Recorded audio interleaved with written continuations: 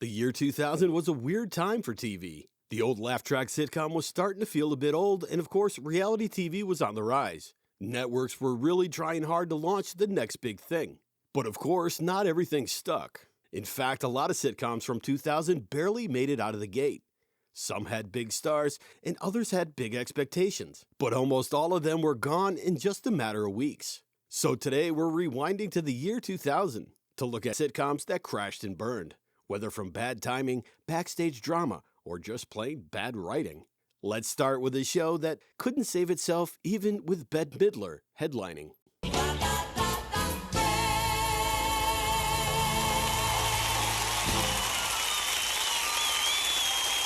Our first show isn't just a flop, it's a case study in how star power alone can't save a sitcom. In 2000, CBS gave us Bette, a big, splashy, primetime comedy built around the one and only Bette Midler. However, Bette was cast as a larger-than-life version of herself, a beloved diva living in L.A., balancing fame, family, and frequent outbursts of show tunes. Says the boogie, says up jump the boogie. It was Midler's first real foray into series television, and CBS saw dollar signs. The pilot pulled in over 14 million viewers, and it was put into the Tuesday night lineup with huge expectations. Well, because the pilot was actually funny. Right away, the cracks showed. One big issue, of course, was creative control. Midler, never known for being hands-off, had strong opinions about everything, from the jokes to the pacing to how scenes were lit. Writers came and went, and scripts were reportedly rewritten late into the night to fit her style. Then came the recasting. In episode 1, Bette's teenage daughter was played by Lindsay Lohan, but after the pilot, she vanished, recast without much explanation. Audiences noticed, and critics raised eyebrows. Behind the scenes, it got worse. Midler quickly grew tired of the grind of weekly TV. She complained publicly that the workload was murder, and that the process was creatively draining. She told reporters she hated every moment of making the show. That's wonderful, thank you, Midler. Even worse, the show just wasn't that funny. It never quite decided if it wanted to be campy and outrageous or heartfelt and family-friendly. The tone wobbled episode to episode, and so did the audience.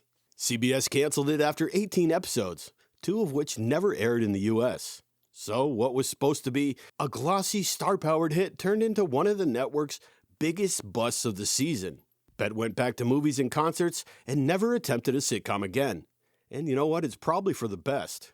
Next up, another Oscar winner who tried TV and found out quickly it's a whole different game. This is Alan. Great potential. No, really. But that all changed 6 weeks ago when I met Max.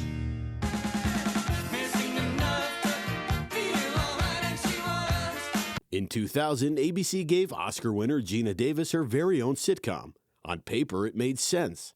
She was coming off hits like Thelma and Louise and A League of Their Own and had serious charm. But in practice, it didn't click. The Geena Davis Show was about a glamorous Manhattan career woman who moves to the suburbs to live with her boyfriend and his kids. Think Sex and the City meets Step by Step.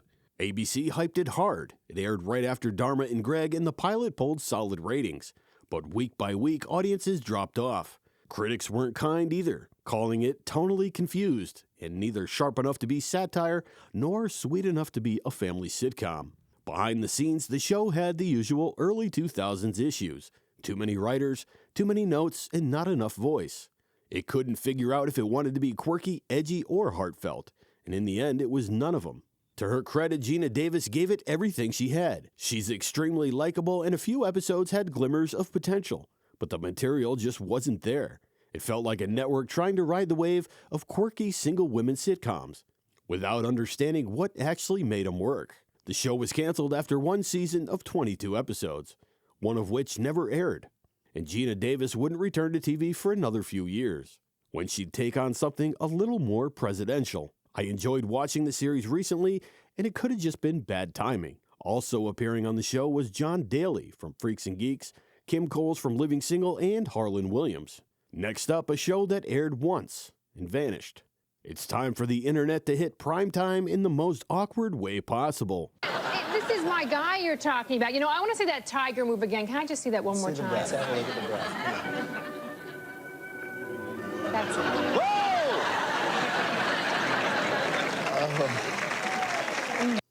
Before YouTube, before TikTok, before even E-Bomb's world had its moment, there was Dot Comedy, ABC's bold and painfully premature attempt to bring internet humor to primetime television. Hosted by the Sklar brothers and Annabelle Gurwitch, Dot Comedy was basically a glorified clip show. Viral videos, flash animations, web sketches, all served up with a laugh track and live studio audience. The show aired once, just once, November of 2000, and that was it. The reviews for this one were brutal. One critic called it like watching your parents try to explain memes. The show felt like a bad high school assembly where the teacher says, "Hey kids, look at this funny website." The truth is, in 2000, TV just wasn't ready to understand the weird, chaotic humor of the internet. And the internet wasn't ready to be packaged like a sitcom. Dot Comedy was pulled immediately with 4 more episodes filmed, but never aired. It lives on today only as a cautionary tale, and maybe a footnote in the too early for its time file. Coming up, a sitcom starring Seinfeld's breakout star, and why it crashed before it could even clear the shadows of Kramer. Please, have a seat. We have a very sensitive problem here. Do you want us to leave? No, it's why we called you. Oh, yes, of course. You'd think coming off the most beloved sitcom of the 90s would be guaranteed success, right? Well, not quite. In 2000, ABC launched The Michael Richards Show, hoping lightning would strike twice. And, well, it didn't. The setup was strange from the start. Michael Richards wasn't playing Kramer. Instead, he played Vic Nardoza, a quirky, bumbling private investigator. So not Kramer, but also definitely Kramer. NBC originally promised a new kind of character, something more grounded. But once they started shooting, the show shifted gears. Vic suddenly had all the same tics. The wild entrances, the strange logic, the physical comedy. Basically, it was Kramer in a trench coat. Well, the problem, without the Seinfeld writing, the magic just wasn't there. Critics were harsh. One called it a show desperately trying to find out who its main character is, while the audience stops caring. Behind the scenes, there was panic. The pilot was reshot. Writers were shuffled. NBC kept retooling episodes, trying to make it work. But the tone never settled. Richards, meanwhile, seemed stuck in a no-win situation. People either wanted more Kramer or none of him. Instead, they got a watered-down in-between version. Ratings started soft and got worse. After 8 episodes, one of which never aired, NBC pulled the plug. What was meant to be Michael Richards' triumphant return became one of the fastest fizzling flameouts of the year.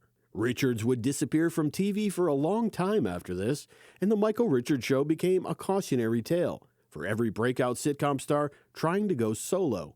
Next up, a sitcom about paranoia, therapy, and conspiracy theories. Yes, this was a real thing on ABC in the year 2000.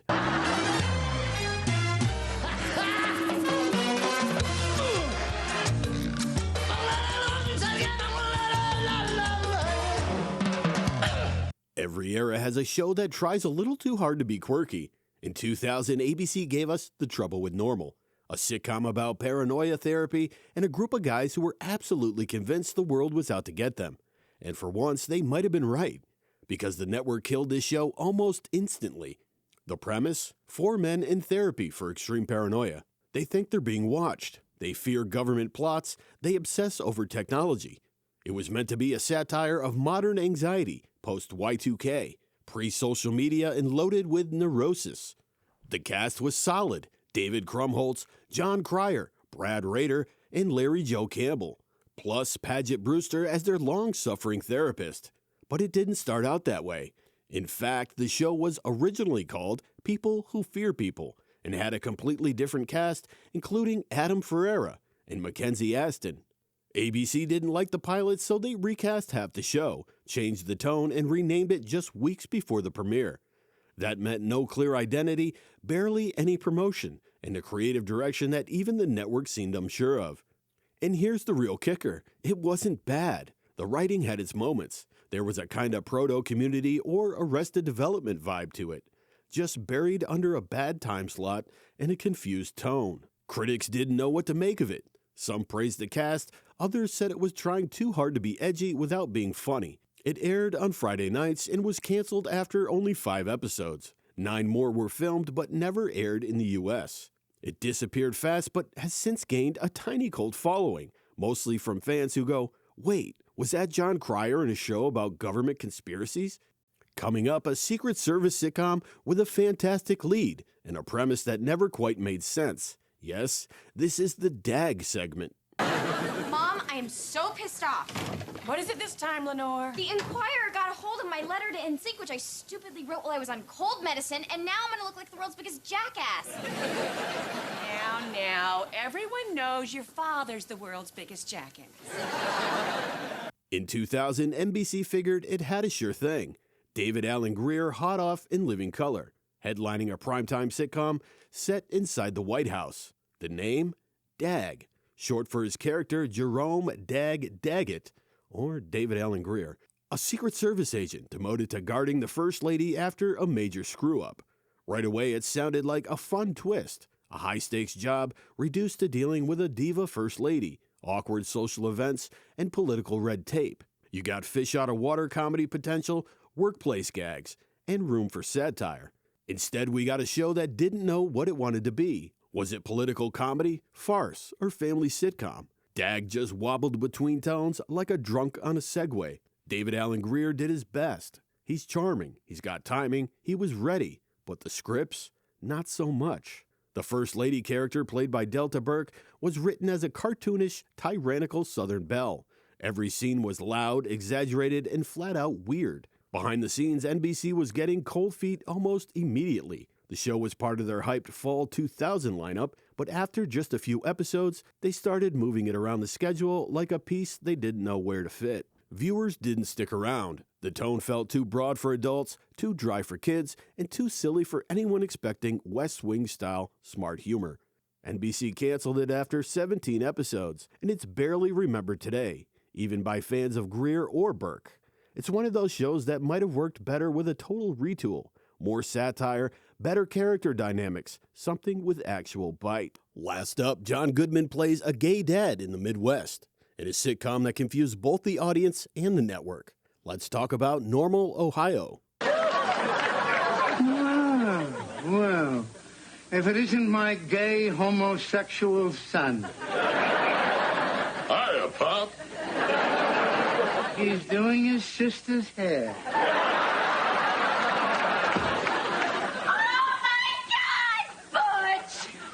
By the fall of 2000, Fox wanted to prove it could do more than edgy animated shows and raunchy comedies. So it took a swing at something totally different. A sitcom starring John Goodman as a gay man, living back in his Midwestern hometown. Goodman played William Butch Gamble, a blue-collar, beer-drinking, sports-loving guy who just happened to be gay. He returns home after years in L.A. to reconnect with his family and adjust to life in a small town. Fox sold it as a big, bold step forward, a sitcom that tackled stereotypes while still delivering laughs.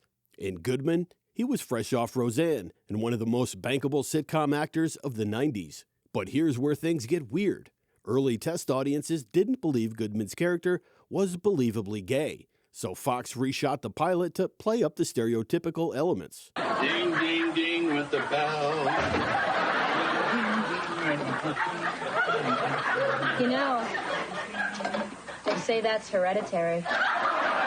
He references Madonna, calls himself a muscle Mary, and gets way more flamboyant than the original version. That creative whiplash gave the show an identity crisis. Was it breaking ground? Was it poking fun at gay culture? Was it just trying to coast on Goodman's charm? Even the writers didn't seem to know. Critics were split. Some praised Goodman's performance and the attempt to normalize a gay lead without the usual cliches.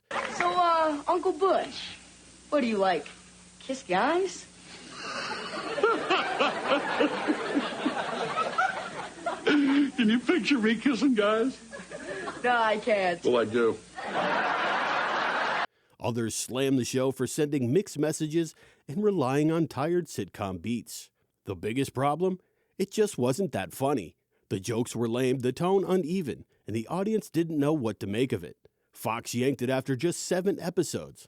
John Goodman later said he didn't regret doing the show, but admitted it didn't hit the mark. Still, Normal, Ohio deserves credit for trying something different at a time when network TV was still playing it painfully safe. So TV in 2000 was ruthless, But whether due to bad timing, weak writing, or network jitters, they all got the axe. Maybe in a different era, with streaming, niche audiences, and more time, they could have survived. But in 2000, there was no mercy. So here's to the misfires, the weird pitches, and the forgotten stars of primetime. TV history isn't just made by the hits, it's also shaped by the flops.